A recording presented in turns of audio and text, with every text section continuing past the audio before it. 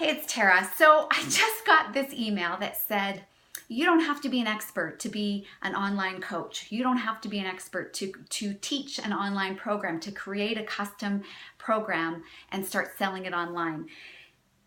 And I kind of thought about that for a minute because it rubbed me the wrong way. Because I believe you should be an expert. I believe that whatever training that you have, and this doesn't mean I know any more than anybody else, but it means I've taken the time to educate myself on science-based practices to then bounce the rest of my platform off of. I then take this and combine it with experience and new research, and I'm constantly learning. I am an expert in my field, and I don't think I should be out here telling anybody anything unless I was. You don't have to be an expert to create anything and sell it online. You don't have to be an expert to write a best-selling book.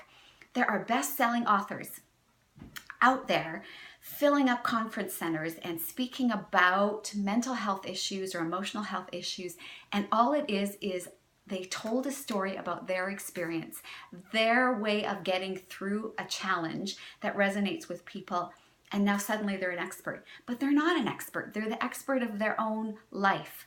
I think it's important that you are an expert, and I think as a consumer, you need to be really careful that you're listening and following people that are more than just storytellers, that are more than just online educations. That there are people that have done the work to learn the background knowledge that can stand the test of time and science and scrutiny, and they can add experience on top of that. Because I think too, you can learn everything from a book and be totally full of crap in real life. You need the experience and the education, and I think you should be an expert.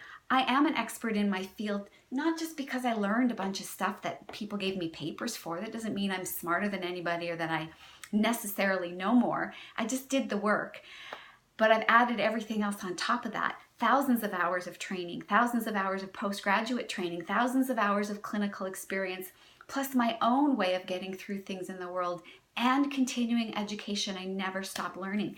I think it's really important to be an expert. I think it's important to have training not just up on your wall in something that doesn't even connect with what you're talking about. So if I write a best-selling book about relationships, but my degree is in, some sciences or some environmental degree or architecture or accounting, what kind of credibility does that give me? So I've got an education in the wrong thing.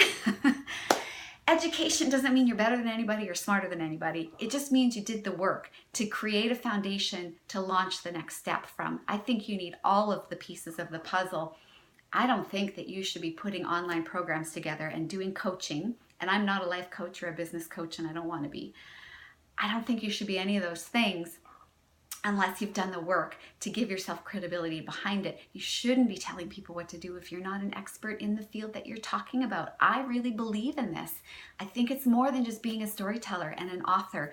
And I think it's naive that we treat these people as gurus of our souls and we follow them and we listen to what advice they're giving when maybe all that they know is their own experience in how they got through something in their own life. You are the expert of your life. You get to decide how you're going to navigate through it. I think that you should look for experts in the field. I think you should look for people that have real credibility and backing behind them before you follow anybody's advice. And even then, bounce it off of what you believe to be true for yourself. So this was a bee in my bonnet today. I think you should be an expert before you go online and do everything or anything. And I would encourage you as a consumer to check out background and credibility before you buy into anything that you see online. That's just my 2 cents. Until next time, I hope you're well.